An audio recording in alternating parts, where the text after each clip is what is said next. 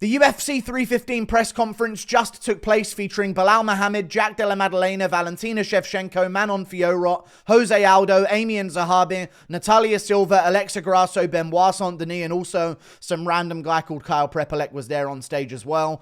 And I'm going to go through the highlights of the press conference and give my reaction to them. Not all that much happened whatsoever, but a few key things happened that made me very happy. Dana White, who was also there, begrudgingly, because we know he doesn't want to be there these days, which is why he wrapped up this press conference so fast, which he always does. He had a big announcement. I'm burping.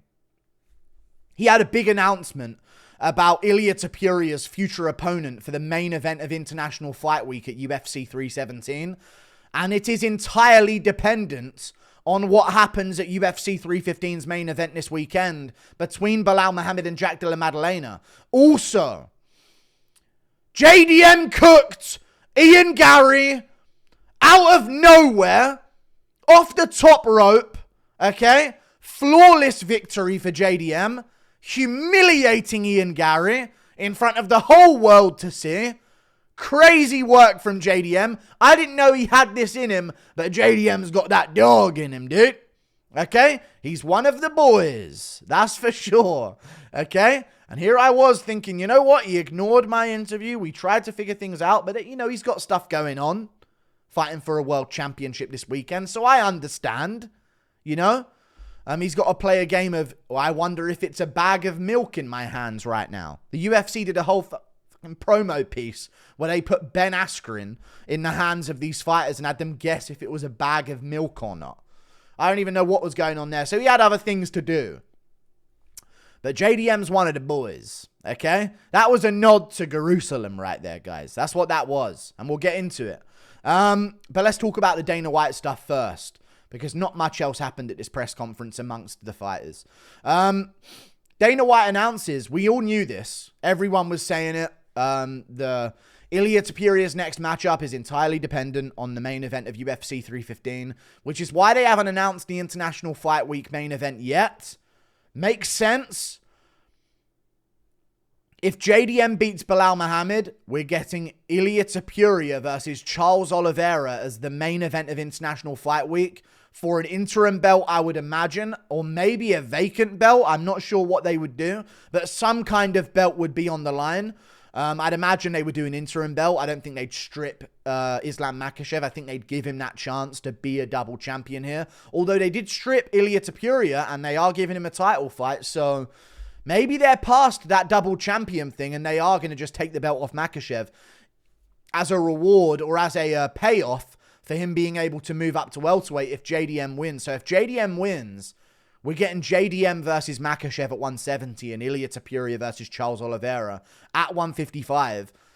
But if Belal Muhammad wins, and this might be the only reason to root for a Belal Muhammad win ever in UFC history, if Belal Muhammad wins, confirmed, we are getting Islam Makhachev versus Ilia Topuria in the main event of International Fight Week. Crazy work from the UFC to leave it this close, but I don't mind it. We need something like that in the main event of International Fight Week, and as much as I am rooting for JDM to become the welterweight world champion, by God, it would be good if Belal won in a way, right? Because that would be sensational. If Belal wins, Makhachev Topuria, main event of UFC 317, is going down.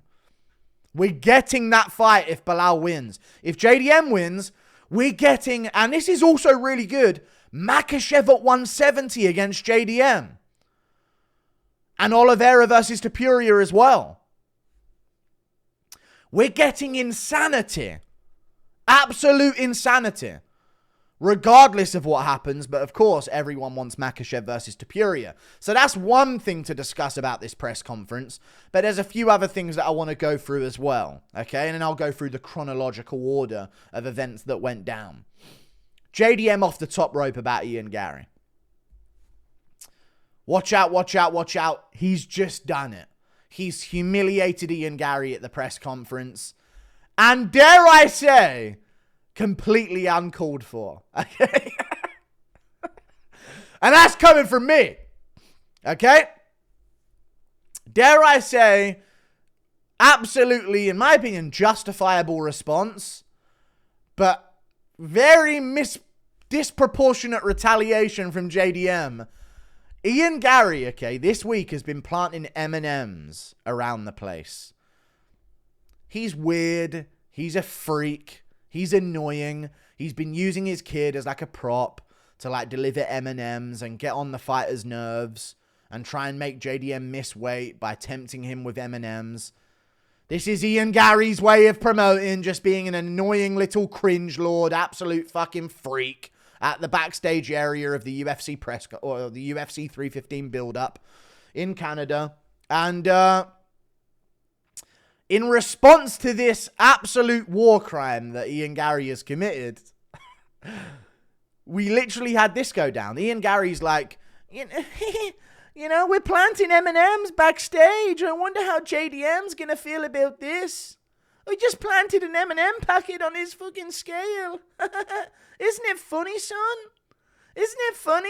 Go and give him a packet of M&Ms. I wonder how he'll respond.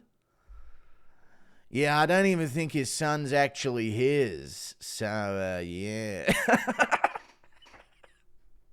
JDM denies that Ian Garry's son is actually his own biological son, in response to Ian Garry, in my opinion, taking things too far. Let's just call it what it was, dude.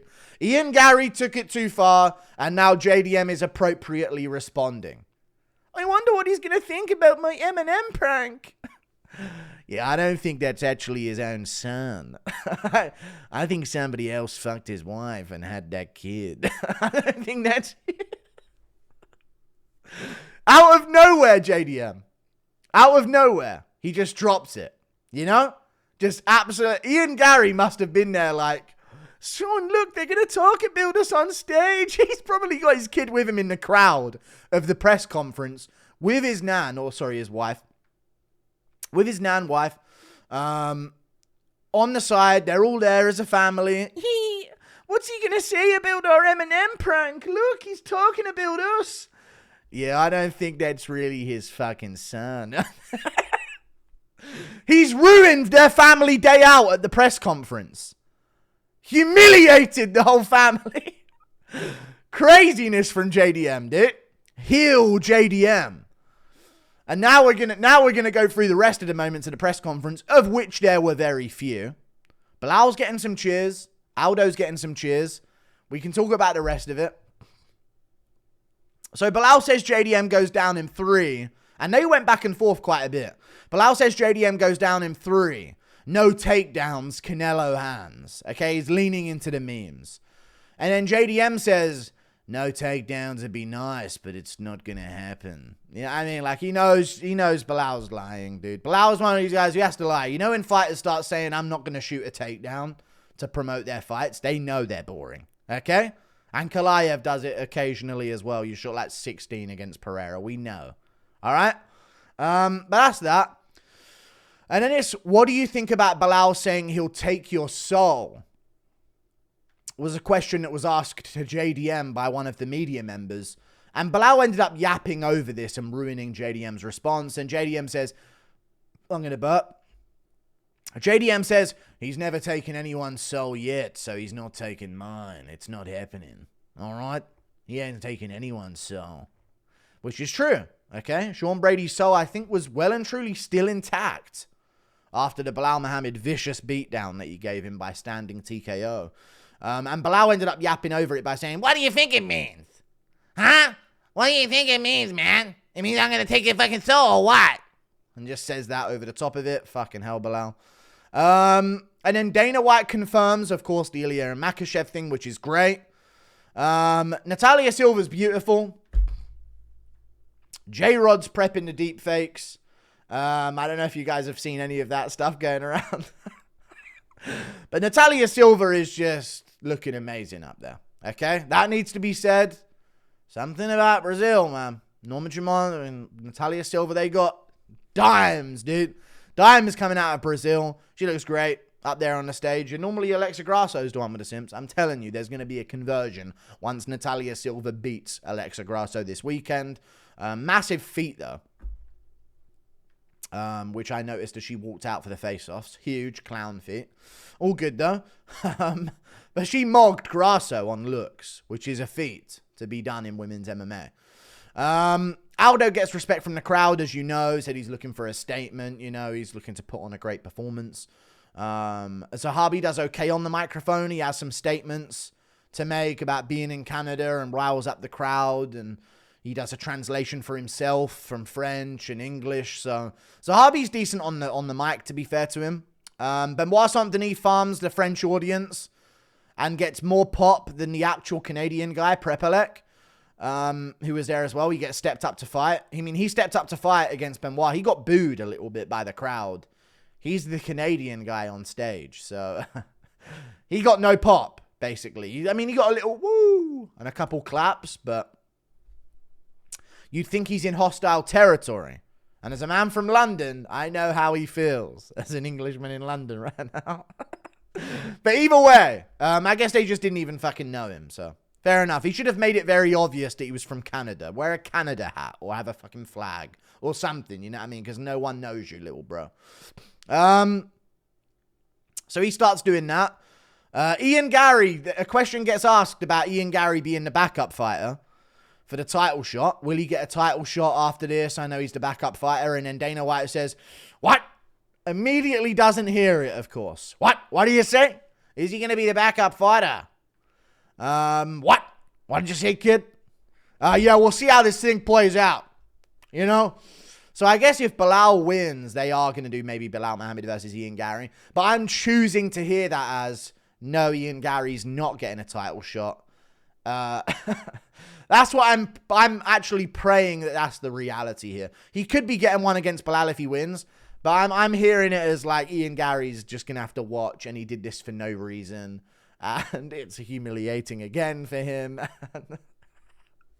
And now he's not getting anything out of being the backup fighter. But respect for being the backup fighter, I guess. Other than that, Belal says JDM will need the ref to save him. And this is after JDM said that he'll save the division from Belal. You know, he's going to save the division from Belal being boring. I'm going to fart. Yeah, I'm quite gassy. But Belal says JDM will need the ref to save him in the fight in response to that. And Belal then calls out Craig Jones and says, keep fucking butt scooting, bro. Keep butt scooting, bro. Belal's all right on the mic, but it's just the voice, man. And then it's him. Like, he's hideous and he's shit, like, boring to watch. And there's just no aura behind his words. If Belal was actually a savage with those mic skills, I mean, that would be sick. But it's just like, ugh. He's going to need the ref to save him, is he? What, from a split decision? You know what I mean? Like, you going to fucking throw the scorecard at his head after the fight's over, and that's when the ref's going to jump in? Like, I don't know what's going on in Belal's head sometimes, but we'll see how he looks this weekend, I guess. But Belal calls out Craig Jones, and then someone says, hey, JDM, what do you think about Ian Garry and his son leaving little packets of M&Ms around the backstage area for you? I'm coming back to this again. It's so funny to me. The reporter asked that so harmlessly, and I bet you Ian Garry was in the crowd with his son and his wife going, let's see what he has to say about our little prank. I bet you anything he was in the crowd with his kid on his lap. Like, look, they're talking about us and our prank. Such a harmless question at JDM. Yeah, I don't think that son's actually his. So, yeah. Puts the mic down. JDM, dude. One of the boys. I tell you, dude. He knows what's going on. So that's just setting up beef for that fight in the future. Now I need that in the future as well. So once JDM gets through Belal and then mops up Makhachev and sends him packing for an inevitable KO loss to Topuria in an ideal world, then we may see JDM versus Ian Garry in the future as well. So that's another matchup that's now interesting in the welterweight division. And JDM said, what did he say? Oh, Belal said something about breaking JDM. And then JDM said, I'd be embarrassed if Belal broke me. I mean, he's never broken anyone. And Belal kind of laughed about that. And then, hey, Dana, when are you coming back to Montreal? And then Dana even said, yeah, we haven't even had this yet. We haven't even had this event yet, you goofball. He didn't say the goofball bit, but you could tell he wanted to. Prime Dana White was coming out. And he wanted to call him a goofball because what you ask him, when are you coming back to Canada? We're in Canada, you idiotic media members. I swear to God, they're so dumb. They are absolutely dumb people, they are. When are you coming back to Canada, bud? We're here. We haven't had the event yet. What are you asking? God, that annoys me, dude. The media members never get better. They're so bad. And then JDM and Belal had a little bit of a push and shove at the weigh-in as well. And I don't know what they said, but I mean, JDM was dressed he's quite big, you know. He's a taller dude and he's not thin. You know, he's not skinny for the division. So this is going to be an interesting matchup. Not just because of that, but I thought they'd be similar heights, you know, and builds. But Belal's a little stockier than I thought. JDM's going to have some height on him and range, it seems. So, yeah, JDM, Belal get a bit pushy and shovey, a little pull about, little push and pull about. Shout out to Carl Froch. We can all push and pull about. They had a bit of a push and pull about on the stage. And then Dana White, before the face-offs even happened, wraps up the press conference after about 17 minutes. It just kind of got a little bit heated. And Dana White wraps this thing up. I swear to God, you know this is true if you've watched press conferences long enough.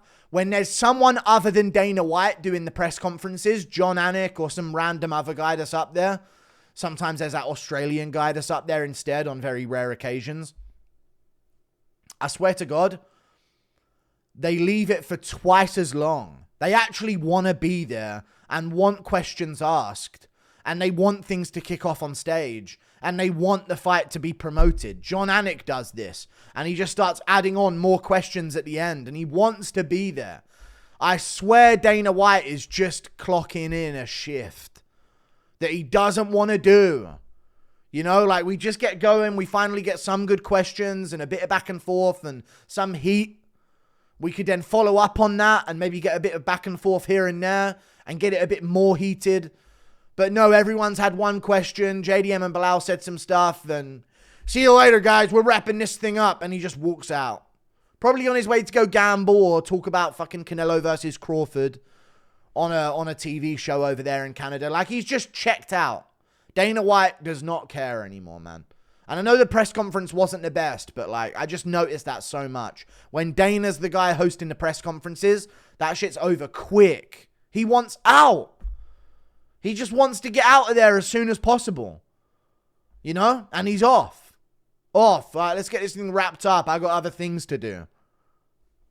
You're the UFC promoter. Fucking promote the UFC. What other things do you have to do? Probably go hang out with the Nelk boys. I swear to God. Yeah, sorry, I gotta go, kids. You know, Kyle from Nelk and Steiny are waiting for me at the casino, so we gotta wrap this thing up, guys. I mean, what are you doing? It's fucking annoying that Dana's doing that shit. Like and subscribe. See you later. Goodbye. Shout out to JDM, dude. I didn't know he had it in him. But yeah, that was good. He also had this, like, very Australian drip. You know, with a tracksuit look. He was just missing, like, a bucket hat, basically. And it would be the piece de resistance, you know? See you later, guys. Goodbye.